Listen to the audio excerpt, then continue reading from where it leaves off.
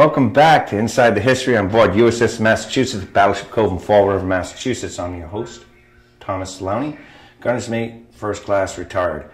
We're here on board Massachusetts right now. We're down in the Armored Citadel, below decks up forward, just behind Turret 2 and at the beginning of Broadway. Broadway being the name for the engineering spaces passageway that goes all the way down through the ship. It's kind of the center line, which gives you access to all your engineering spaces. Now, these engineering spaces had to be protected, and being inside the Armored Citadel was great. But if we had damage that came in, flooding from a torpedo or bomb or a projectile coming in, fire parties, damage control parties would go out and to stop this damage. And today we're going to look at some of the fire control, damage control equipment here on board Massachusetts in Forward Repair 5. Now, Broadway has a repair locker here and aft. Now, ships normally would have a repair 2, repair 5, repair 3, repair 1 being electrical for up above, and there are lockers, and right here we're going to concentrate on the ones for engineering. So that way you can get an idea. They're roughly all the same. They're just in different parts of the ship to provide control of damage and repair as much as possible within limits.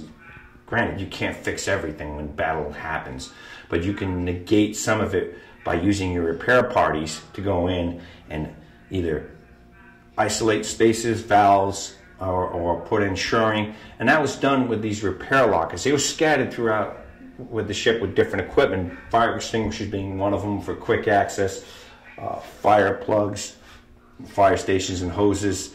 So as we look at these repair lockers, they're set up, and they would normally be locked up because you didn't want people proliferating stuff from other departments. It does happen, heaven forbid, but you would control access to these in emergencies to get in, and you'd have little windows. If you see little boxes like this, these are for key access. So that way if you had to get in, you'd break the glass, grab the key, unlock the locker.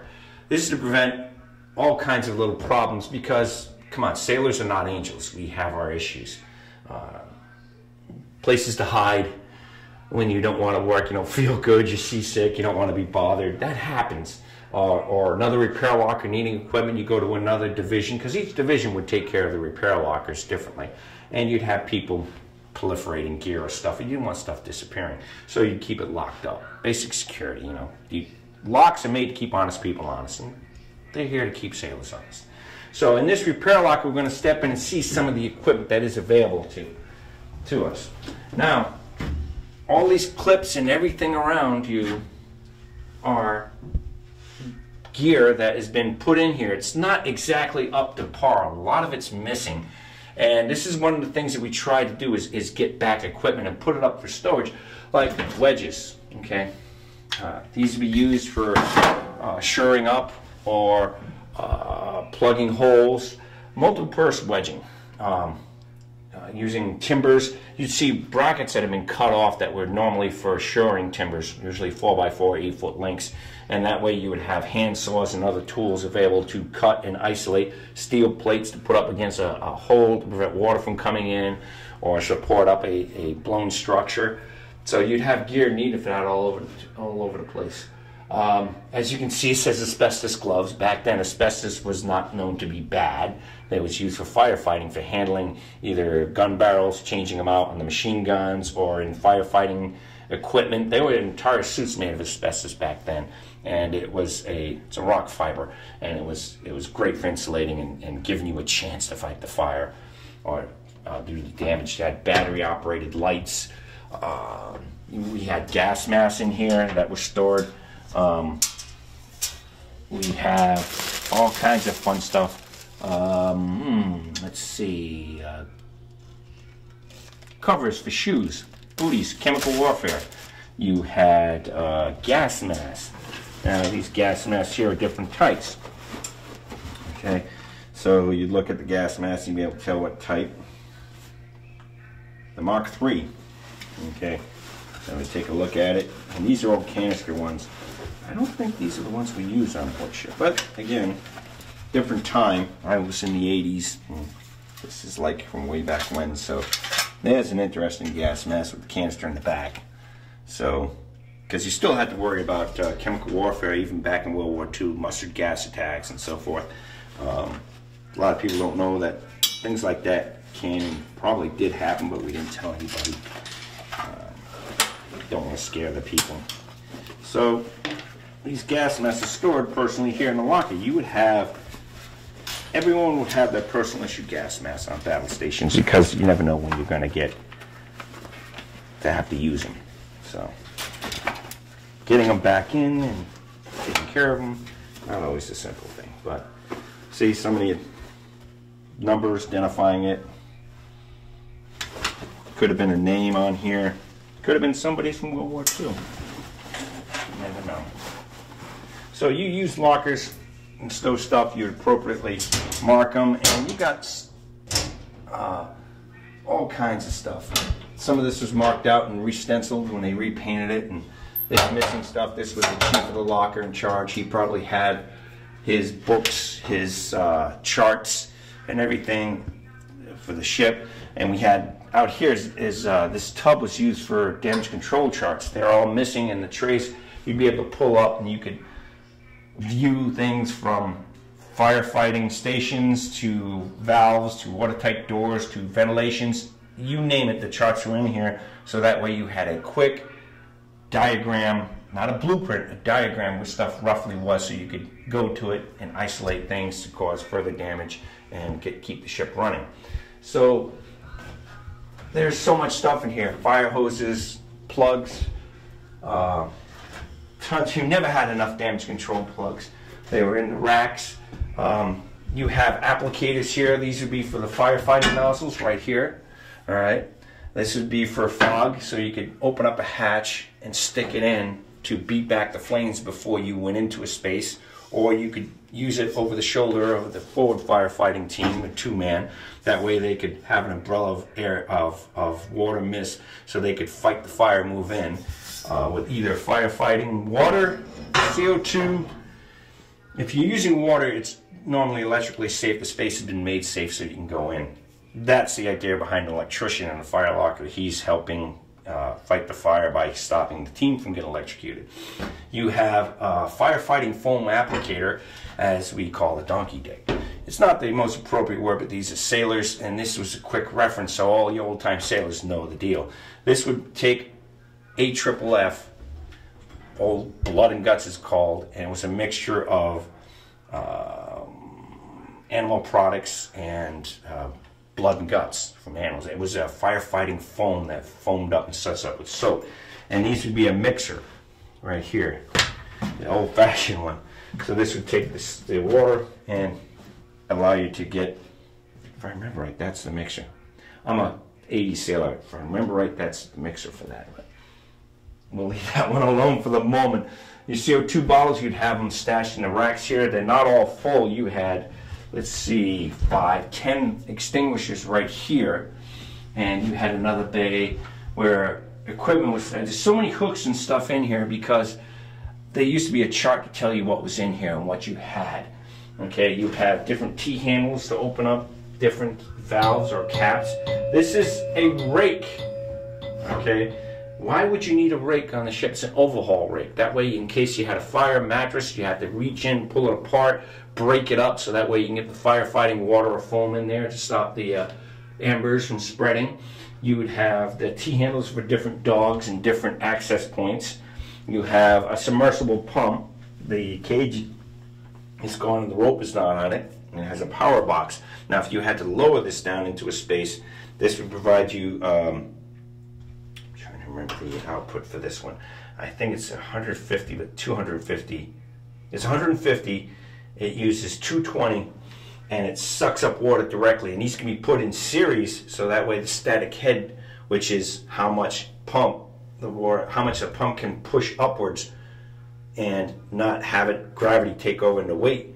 So you'd have these at about 50-foot, 25 to 50-foot increments. So that way you could move the water up a deep trunk, like 4 or 5 decks. So you had many of these scattered throughout the ship in racks. This one's missing its outer cover, which would be a brass cage. It might be one over in the next locker. We'll take a peek. And that was to prevent stuff from getting sucked in that would be clogging the pump. Books, paper, clothing, so forth. It allows that to suck the water and not pull everything in. So much equipment, so much stuff, but it was needed to do the job, because during battle damage you had to, being a sailor, you are a firefighter. Everyone has to participate. You have to have a general operating knowledge of things. You had hull technicians and damage controlmen, that their job was that, and they were more in depth of how to do things. But most sailors had a basic understanding how to use the equipment. So in here we come into another locker, and you'd have the old-fashioned OBAs. Now these things are, some would say, old as dirt, okay? But these here, as you can see, are the old gas mask type. These are the original oxygen breathing apparatuses. The canisters we use are the same canisters basically that fit in here, and they were used all the way up through the 90s until Scott Pack started coming in and replacing them. And these would generate anywhere from an hour to 30 minutes of oxygen, depending on how fast you use it. And they have a candle in there that would light and trigger the process that would generate oxygen. So you had different types of canisters for different types, because again, damage control was coming up, is constantly changing and improving as we go. Let's see, again, more firefighting applicators here, and of course damage control plugs. And you would have an AFFF canister, firefighting foam for blood and guts. Here's one. See this brace here? This is kind of shoring, portable shoring. That would more likely be from the 60s. I don't think they had those back then. But again, it's damage control gear. If we need it for something, God knows what accidents being prepared as part of it, we would actually use those. Those are expandable, and you'd screw them into, so that way you wouldn't have to cut shoring. Water canisters. Are these the drinking ones? I forget. Because you don't have water fountains down below. You'd have canisters like this one for water, small canisters, portable ones here. Those aren't the water extinguishers, are they? 80s Navy, try to remember this, all this stuff. It gets to you. Trying to get it down, going off the hip here. So I'll check back with you and get back, because we need to show you the other repair lockers and the other equipment scattered throughout the ship, because damage control is so very important. Every sailor has to be a firefighter, because their life depends on it. So with all this equipment in here, and communication is important, and what we have here is a sound-powered foam bank. Now if you look at the plackets, we'll show you that these are the communication points, and these are references, so that way you could actually open the box up and connect to the different lines. So you would actually have who you would be able to contact with, because the battle circuits are sound-powered phones. That's a discussion for another time, is sound-powered phones in the Navy. Your voice being the actual power that supplies the power to communicate and send your, it's like having tin cans and wire. It's the same concept. In the old-fashioned things when you're a kid, you had 2 tin cans with a string in between them. Your voice would cause a vibration, and that would be repeated on the other end, the vibration, so you'd be able to hear somebody. It's the same concept, just on a more complicated manner. We'll go into that more often later, because it's a fascinating thing that you don't need power.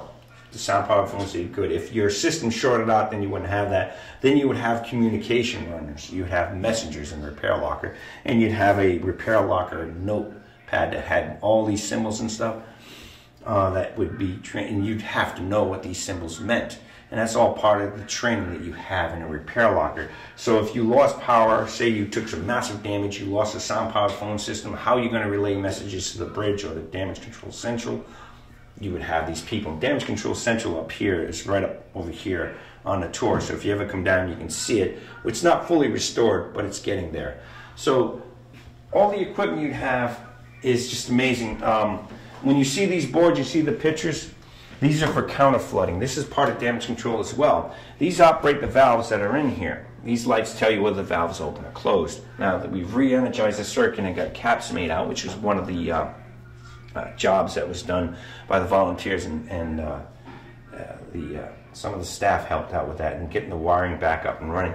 And we 3D produced these caps because the originals were smashed or gone. So these are plastic caps that we had made so we can get the light bulbs in and show you that this is part of what is the ship's operating systems. So these will control valves to either let in fuel or water to spaces for counterflooding, because a battleship has layers of voided spaces and tanks. They're a floating tanker. They have millions of gallons of fuel oil that can supply to other ships, but they also have voids for protection.